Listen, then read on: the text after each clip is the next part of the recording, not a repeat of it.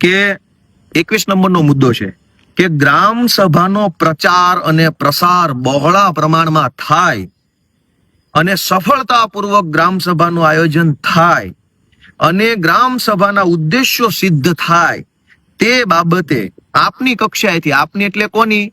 Collector, DDO અને TDO ની કક્ષાએથી જરૂરી સૂચના અને પરિપત્રો કરી ગામ સભાને વધુ શક્તિશાળી બનાવવાની દિશામાં સહયોગ કરવો. પણ કોઈને કહેવામાં નથી આવતું. દોસ્તો, તમારા ગામની ગ્રામ સભામાં તમારે હાજરી આપવી ખૂબ જરૂરી છે.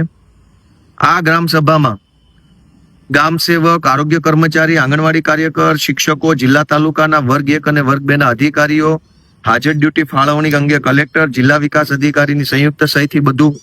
અને આ ગ્રામ સભામાં દોસ્તો તમે જશો તો તમે એની વિડીયોગ્રાફી કરવા માટે સ્વતંત્ર છો, કોઈ પ્રતિબંધ નથી.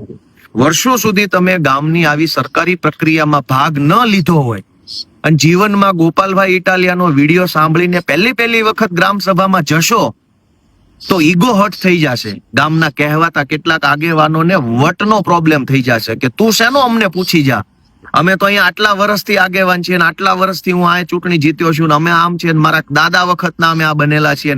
આવો બધો અહંકાર હોય. શું કામ અહંકાર હોય? કે વર્ષો સુધી કોઈએ ગ્રામ સભામાં કે પંચાયતમાં રસ નથી લીધો. તમે પહેલી વખત કે બીજી વખત જશો તો તમને રોકવાની કોશિશ કરશે, તમને ધમકાવવાની કોશિશ થશે, પોલીસના માધ્યમથી ડરાવવાની કોશિશ થશે, તમારા સગાવાલા કે કુટુંબ પરિવારના આગેવાનોના માધ્યમથી તમને બ્લેકમેલ કરવાની કોશિશ થશે. પણ દોસ્તો, ગામ તમારું છે.